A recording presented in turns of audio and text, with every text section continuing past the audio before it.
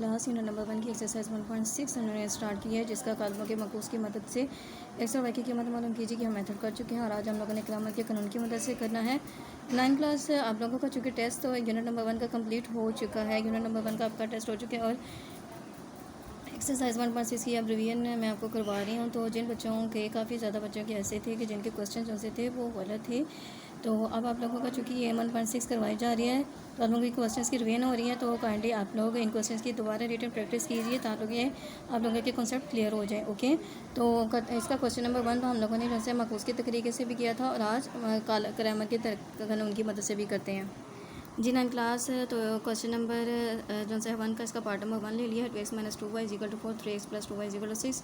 First step यही है कि हम लोगों ने फर्स्ट ऑफ ऑल इसको लिखना है कालमों की शक्ल में। कालमों की शक्ल में लिख लिया है। कालम में इसको नाम दे देंगे x का, इसका नेम दे देंगे a का, इसको x का, इसको b का। चूँकि हम लोग यहाँ पे ग्रामर के तरीके के मुताबिक कर रहे हैं तो x की कीमत मालूम करने का फॉर्मूला होगा ax का मकता ओवर a का मकता, y की कीमत मालूम करने का होगा ay का मकता ओवर a का मकता। यहाँ पे ये मल्टीपल फॉर्म में नहीं लिखने बल्कि ये इसकी एज ए बेस फॉर्म में लिखने हैं। इस तरीके से बिल्कुल भी नहीं लिखना कि आप लोग उसके साथ मल्टीपल फॉर्म में लिख दें। ओके, इस तरीके से नहीं लिखना, इस तरीके से लिखना है। अब ax का अब हमें तो ये आ गया है कि जी a तो हमारे पास वैल्यू है, a तो वैल्यू है, बट सवाल ये आता है कि ax और ay क्या है कि इनका मकता मालूम करें। तो उसके लिए क्या करना है कि ax का मतलब है कि x की वैल्यू को एलिमिनेट करके एक कॉलम मालूम करना है। उसमें क्या होगा कि आप लोगों ने इस तरीके से x की वैल्यू को ख़त्म करना है और x की जगह पे कौन से नंबर पुट करने हैं, कांस्टेंट नंबर, और y के एज इट इज़ आ जाएंगे। x के जो कोफिशिएंट होंगे, x वेरिएबल के कोफिशिएंट यहाँ पे ख़त्म कर दिए, इसकी जगह पे आ गया 4, 6 वेरिएबल -2 और x। ये याद रखना है कि x की वैल्यूज़ को यहाँ पे ख़त्म करना है। और ay में क्या होगा कि जो y की y जो हमारे पास वेरिएबल है उसके कोफिशिएंट को ख़त्म करना है। x के एज इट इज़ रहेंगे, तो आप लोग देख सकते हैं कि 2 और 3 एज इट इज़ रह गए हैं और y की जगह पे क्या आ गया है 4 और 6। ओके, तो 9 क्लास अगर तो आप लोगों को प्रॉब्लम होती है स्टूडेंट्स को तो बस इन्हीं स्टेप पे होती है कि ax और ay जिस बच्चे को ग्रामर रूल के मुताबिक सोल्व करते हुए ये लिखना आ गया तो उसका क्वेश्चन करेक्ट होगा। अदरवाइज़ अगर इनमें वैल्यूज़ की गलती होगी तो उसका पूरा क्वेश्चन इनकरेक्ट होगा। ओके, तो जी अब क्वेश्चन के मुताबिक हमने इनका क्या मालूम करना है, सबका मकता। तो ए का मकता मालूम करते हैं। ए हमारे पास कॉलम ये वाला था, इसका मकता मालूम करने के लिए बार लाइन लगाई हैं। तो हमारे पास आ जाता है जी 2 2 आ जाता है 4 माइनस मिड में साइन आ गया है प्लस माइनस माइनस, ठीक है। 3 2 -6 आ गया है, माइनस माइनस प्लस 4 6 आ गया है 10। ओके, इसी तरीके से ax है, इसका हम लोग मकता मालूम करते हैं। तो हमारे पास ax का कॉलम ये था 4 2 आ जाता है 8, मैं डायरेक्ट कर रही हूँ माइनस साइन मिड में, प्लस माइनस माइनस 12 आ गया, 6 2 12 माइनस माइनस प्लस, तो आ गया 8 और 12 को ऐड करें 20 आ जाता है। इस तरीके से ay का आ जाता है हमारे पास 2 6 12, 3 4 12, प्लस 12 माइनस 12 के साथ कैंसिल, तो ay का आंसर आ गया है 0। x की कीमत मालूम करने के लिए फॉर्मूला लिखेंगे x का मकता ओवर a का मकता, वैल्यू पुटिंग की कटेंगी तो आ गई x की वैल्यू 2। जी इसी तरीके से हमारे पास y की वैल्यू हो जाती है ay का मकता ओवर a का मकता, तो 0/10, तो किसी भी वैल्यू को 0 के साथ डिवाइड करें तो वो 0 होती है, तो इसका मतलब कि x की वैल्यू आ गई 2, y की वैल्यू 0। तो इन मसावातों इन क्वेश्चंस में 9 क्लास यहाँ पे आप लोग नोट करें कि जो मकूस के तरीके से चाहे आप लोग एक मसावातों को हल करें या ग्रामर के तरीके से x और y की वैल्यू सेम ही ऑब्टेन होगी।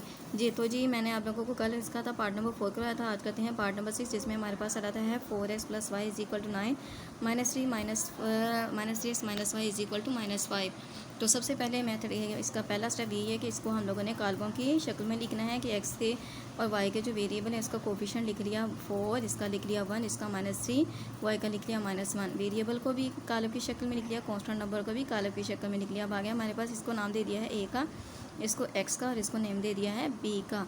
ओके, तो चूँकि हम लोग ग्रामर के तरीके से मालूम करें तो ax लिखेंगे, इसमें क्या कर दिया है x के एलिमेंट्स को एलिमिनेट करके इसकी जगह पे आ गया कांस्टेंट नंबर आ गया है 9 और 5, और ये वाली वैल्यूज़ एज इट इज़ रह जाएंगी y के कोफिशिएंट। ay में y के वैल्यूज़ को एलिमिनेट करेंगे और x की वैल्यू एज इट इज़ इसकी जगह और y की जगह पे कांस्टेंट नंबर। a का कॉलम हमारे पास चूँकि ये वाला था, अब इन सब का क्या लेते हैं मकता। a का मकता मालूम किया 4 1 -4, माइनस साइन मिड में 3 1 -3 आ गया, ठीक है। तो आ गया -4 प्लस माइनस माइनस प्लस 3, तो -4 में से 3 को माइनस किया तो आ गया -1। जी इसी तरीके से 9 क्लास ax का जो सा है मकता मालूम करेंगे। 9 को -1 से किया -9, माइनस मिड में -5 को 1 से किया -5, तो आ गया हमारे पास 9 -9 + 5 तो इसका आंसर आ गया -4। आप लोगों ने इसको अंडरलाइन कर लेना है। ये प्रेजेंटेशन के लिए आप लोगों ने मार्कर से अंडरलाइन करना है। अब ए वाई का मकता मालूम करते हैं, तो ये हमारे पास आ रहा है जी 4 5 -20, माइनस साइन आ गया, माइनस माइनस प्लस 27। तो हमारे पास जी 27 में से 20 को माइनस करें तो इसका आंसर क्या रहता है हमारे पास 7। ओके, तो x की वैल्यू फाइंड आउट करने के लिए क्या लिखा है, x का मकता ओवर a का मकता। x की वैल्यू पुट की आ जाती है हमारे पास, x की वैल्यू पुट किया जाता है -4 ओवर -1, माइनस से माइनस कैंसिल तो आ गया 4। इसका मतलब x की वैल्यू आ गई है 4। y की वैल्यू फाइंड करने के लिए फॉर्मूला लिखा है, ठीक है। तो आ गया है 7 ओवर -1, माइनस माइनस प्लस -7। तो इसकी वैल्यू आएगी 4, y की वैल्यू -7। तो जी 9 क्लास ये था 1.6 को ग्रामर के तरीके से हल करने का तरीका का। तो आप लोगों ने जितने भी बाकी रिमेनिंग क्वेश्चन है एज इट इज़ आप लोगों ने इनकी प्रैक्टिस करनी है। ओके, रिव्यू ये जो हमारे पास लिखे हुए हैं क्वेश्चन, ठीक है, ये हमारे पास जो स्टेटमेंट के तौर पे क्वेश्चन लिखे हैं ये आप लोगों ने नहीं करने, बस आप लोगों ने ग्रामर और जो सा मकूस का तरीका था उसके मुताबिक करने हैं, क्योंकि ये बहुत ज़्यादा इंपॉर्टेंट क्वेश्चन है और उनमें से हमेशा बोर्ड के एग्ज़ाम में एक क्वेश्चन लाजमी आता है। नेक्स्ट आप लोगों ने जो रिव्यू एक्सरसाइज आधा मश्क है, इसके MCQ जो से हैं इनको आप लोगों ने सॉल्व करना है, ठीक है। और इसके अलावा जो आ जाती है क्वेश्चन नंबर 2 आ जाता है खाली जगह कीजिए, इसकी प्रैक्टिस करनी है।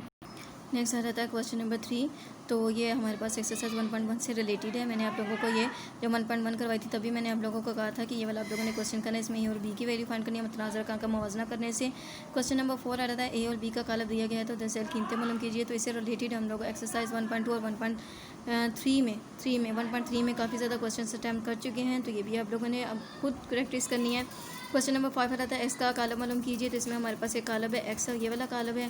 एक्स मालूम करने के लिए इस कालब को सेकंड साइड पे लेके जाएंगे तो यहाँ पे माइनस की फॉर्म में आ जाएगा, ठीक है, माइनस की फॉर्म में। फिर इन दोनों कालबों को माइनस कर लेंगे तो वो एक्स का रिक्वायर्ड कालब होगा। क्वेश्चन नंबर 6 है कि ए बी का कालब दिया गया है, तो इसमें हम लोगों ने मालूम करना है कि ए बी बराबर है बी ए के या नहीं। तो इन दोनों का हासिल ज़रा मालूम करेंगे तो वो बराबर नहीं आएंगे जी। इसी तरीके से आ जाता है क्वेश्चन नंबर 7, जिसमें ए बी का whole transpose is equal to B transpose A transpose आ जाता है। तो यहाँ आप लोगों ने इस तरीके का मैंने आप लोगों को 1.5 में क्वेश्चंस करवाए हैं। तो 9 क्लास इन क्वेश्चंस की एग्जाम इससे रिलेटेड एग्जाम्पल्स भी हैं, क्वेश्चन भी आपने इनकी भी प्रैक्टिस करनी है। तो आज हमारा यूनिट नंबर 1 कंप्लीट हो गया इंशाल्लाह ताला।